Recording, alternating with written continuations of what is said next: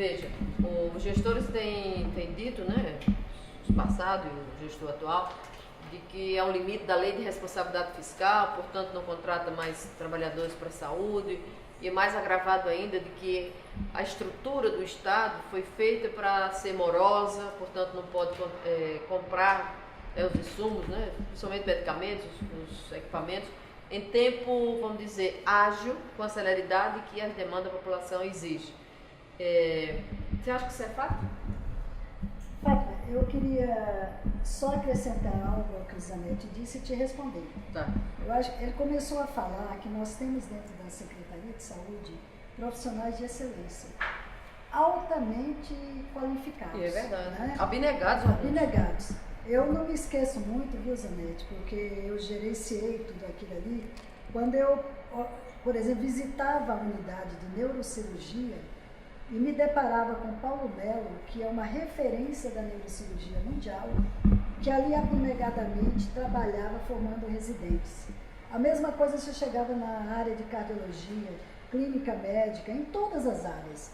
E são profissionais altamente qualificados e recebendo um salário que é o maior salário do país. Eu acho que existe nessa questão da democracia, nós tentamos dar um avanço naquela época, que foi além dos conselhos, que a própria comunidade dos funcionários pudessem também eleger os seus representantes. Nós tivemos eleições para diretores, eleições para as clínicas, todo mundo se sentia participando do trabalho de forma coletiva. Então, acho que hoje um dos grandes pecados que se cometem, além da questão de você não ter uma democracia instituída, porque você conceituou muito bem, os conselhos que estão aí são todos eles conselhos oficiais. Você não tem o conselho representativo popular. Não tem. Mesmo, por exemplo, aquele que representa o usuário do sistema, como uma associação de renais crônicos, você chega lá na ponta e você percebe que aquela pessoa foi escolhida porque representava um grupo e não porque representasse a sua comunidade. Então, os conselhos são paritários, mas quem preside o conselho é sempre a instituição, então ele não é paritário. Né? O conselho não desenvolve a política de saúde a ser estabelecida. Então, a democracia, você tem toda a razão, a gente precisa pensar o que é esse processo democrático. Mas aí, Fátima, respondendo a sua pergunta, eu acho que a gente tem algumas coisas a apresentar. Né? E a população, eu sou extremamente prática, talvez porque fui uma gerente pública, eu gosto muito de ouvir. Tem uma fama, viu, né? Porque é gerentona. Mas eu gosto muito, eu fico encantada de ouvir. Mas gerentona não é sinal de autoritária, eu gosto muito de ouvir os formuladores. Estou aqui me deliciando quando ele começa, e vocês juntos, que são mas se deixar isso aí, rapaz, professores universitários, a falar de conceitos. E eu sou mais aquela parte prática, né? Por isso é que bate papo. Então, eu considero que a gente tem, dentro dessa nosso modelo instituído, que você tem essa rede hospitalar, e eu gosto sempre de entrar nos hospitais, porque eles são hospitais muito bem construídos, com profissionais competentes, e tem muita tecnologia também já estabelecida, mas você fica assim perplexo quando você entra no hospital de base, o antigo hospital de base, que hoje é o Instituto, né, e que nós vamos mudar novamente essa conceituação, devolver ao povo o velho hospital de base, que todo mundo tinha um grande orgulho. Eu fui residente lá, né? Aprendi tudo que sei hoje dentro daquele hospital. Você entra no corredor e encontra aqueles equipamentos que estão ali há 10 anos encaixotados e que não se consegue botar para funcionar. Isso mostra uma face do serviço que é perversa. Parece para a população que o serviço não anda porque é assim, porque os profissionais não querem atender, porque é tudo lento, mas essa ideia, ela eu diria assim, ela é estabelecida propositadamente, porque de fato, Fátima, nós não precisamos ultrapassar a lei de responsabilidade fiscal. Não é necessário isso. Você percebe claramente E eu me lembro na minha época, para você contratar um profissional, você tinha que ir lá no Pedro Malan, o ex-ministro da Fazenda, para ele autorizar ao governador da época, para autorizar o secretário a contratar alguém que se aposentasse, substituto de alguém que se aposentasse. Tamanho era o amarramento com o governo federal. Hoje não, hoje você não tem isso. Então o que nós queremos? É que o dinheiro que vem do governo federal, que é suficiente, você tem toda a razão acerca desse, seja ainda acrescentado o que se tira do governo federal. Rodrigo Hollenberg tira muito pouco do orçamento local. E ele não gasta o que vem do governo federal, entendeu? E a gente precisa gastar e gastar bem. Porque se você criar a rede de ações básicas, o governo federal vai pagar para você. Claro. O SUS no DF tem jeito ou não? Claro que tem. Eu quero saber. Claro. Me conte aí vocês dois. Comece aí, professor. Bom, eu amarraria a minha esperança. Tem uma trajetória aí, por exemplo. Vou fazer um ping-pong. Rede de atenção à saúde. Como que a gente organiza? Pois é. Tem uma frase do Poincaré que ele fala que um amontoado de tijolos não faz uma casa. Um amontoado de centros de saúde, hospitais não constrói uma rede. Você precisa de um projeto, você precisa de edificar essa rede. Não basta ter o material, não basta ter os insumos, não basta, tem que ter um processo de edificação. E um processo de edificação que seja consistente, sólido, né? E com capacidade de dar resposta à missão que foi imbuída. Eu acho que nós temos um tremendo desafio de mudar, obviamente, esse é lugar comum, chavão, mudar a roda do pneu do carro, né? Com o carro andando. Esse é um lugar comum, mas isso é fazer a transição, né? Agora, eu amarraria a minha esperança numa concepção de um governo que fosse um governo que fizesse uma aposta para além dos limites da modernidade, né? Um governo que fosse para além de embates que se secularizaram no século XX entre direita e esquerda, que fosse acima disso. Uma coisa que a gente pudesse sair da lógica da disputa, sair da lógica do confronto e poder gerir um sistema único de saúde ou fazer uma gestão na lógica da cooperação, na lógica da vida, na lógica de política, de alinhamento, né? Para isso, eu acho que se a gente disponibiliza, porque não é só a força de trabalho dentro do DF, na área da saúde, de todos os outros setores, que é extremamente qualificada. Nós temos uma sociedade civil ímpar. É verdade. Uma nata de pessoas que vivem no mundo e vivem em Brasília. E sonhando uma inteligência. Que os governos dêem oportunidade para mostrar as experiências. E eu já tive a oportunidade de escutar gestor falando assim, mas isso eu não preciso, que se eu precisar eu compro. O que é isso?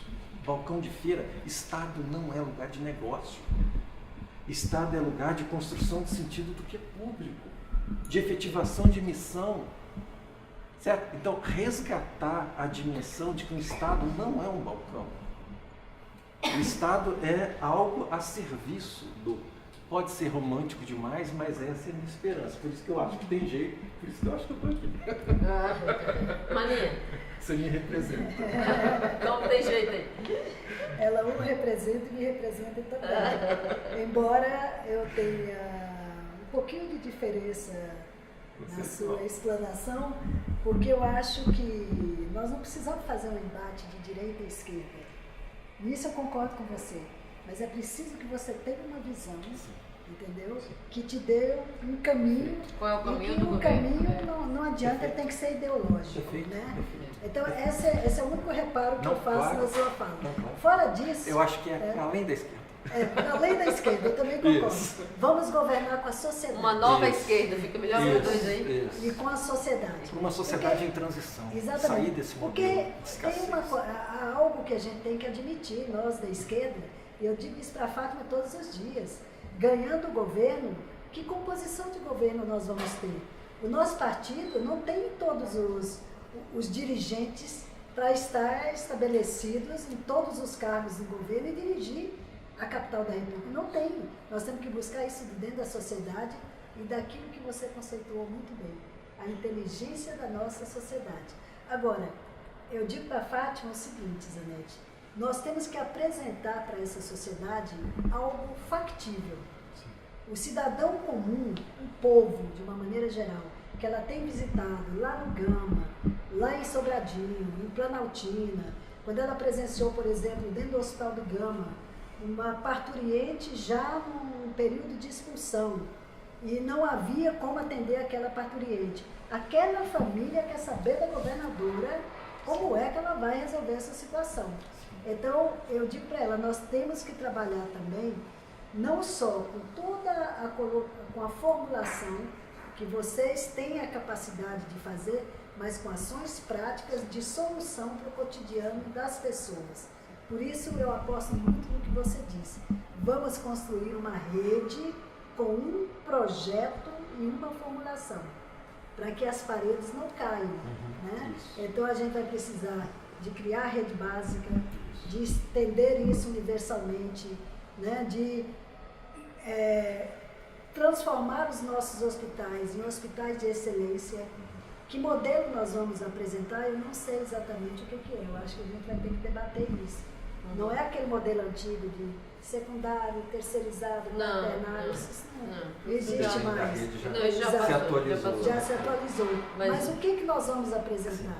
Então, a gente precisa apresentar para a população algo que essa população entenda que será, não vai resolver tudo, mas será parte da solução dos problemas que ela está vivenciando.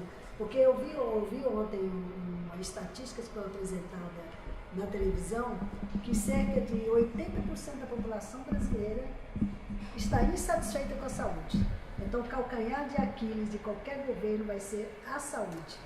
E o que nós vamos formular para essa saúde? E eu lamento quando o próprio trabalhador da saúde está insatisfeito com a saúde. Sim. Quando o próprio espaço de trabalho é um espaço de adoecimento. E acha que tem um plano de saúde para poder atender. E a perda de sentido do que eu estou fazendo aqui nesse meu lugar de trabalho, que é um lugar social. Mas olha, Janete, eu penso que um governo democrático, um governo que tem posicionamento, né, na sociedade como o nosso, ele não pode abrir mão pelo menos de 5 grandes questões. Primeiro, é de definir um modelo de atenção à saúde, cuja saúde começa dentro de casa, e temos que massificar com a presença dos agentes comunitários de saúde, não só pelo que a gente já sabe, gera emprego e renda, vínculo com a comunidade, responsabilidade, né, cogestão. Tira esse atraso histórico. Tira esse atraso histórico. A gente tem que dar um pulo nos agentes comunitários de saúde, quer dizer, um adicional, que em vez dele cuidar apenas do processo de prevenção, ele tem que subir o olhar para a promoção da saúde. E aí cabe meio ambiente, aí cabe segurança, aí cabe educação, cultura, esporte, lazer, etc. Ou seja, caminha para o nosso conceito, né, que colocamos lá atrás, que até então nós não conseguimos colocar no mundo real. Então, isso vem na atenção básica e vai ser de forma crescente, sem hierarquia, mas, né, os pontos de rede se conectando. E eu tenho insistido muito com o Manejo, assim, precisamos, o tempo pede que nós temos que retomar o perfil dos hospitais que foram construídos na década de 70 e 80 e 90 dessa cidade, porque o processo de adoecimento é outro. Nós saímos das doenças né, contagiosas para os agravos, né, acidente de carro dos tempos modernos, né, da violência, etc. Sim. Então, e a gestão? Essa gestão, por que ela erra tanto, né? Eu não falo, estou personalizando, mas por que a gestão do sistema de saúde erra tanto? Porque eles têm a ferramenta, vamos assim chamar, da lógica de um modelo tradicional, eu diria de forma perversa e inampciana, né? Sim. Ou seja, o que nós estamos querendo agora é uma mudança de modelo onde a saúde começa em casa, onde as famílias têm um protagonismo, onde as comunidades têm um protagonismo e outros equipamentos, né, que estão ali à disposição da saúde. Por isso, tem que redefinir o perfil dos hospitais. Isso em relação ao modelo de atenção. E os outros pontos, as UPAs, as unidades de pronto atendimento, CAPS, né? Os centros, tudo isso tem que estar conectado aí, tomar sentido, né? Qual é o papel dele dentro dessa rede, né?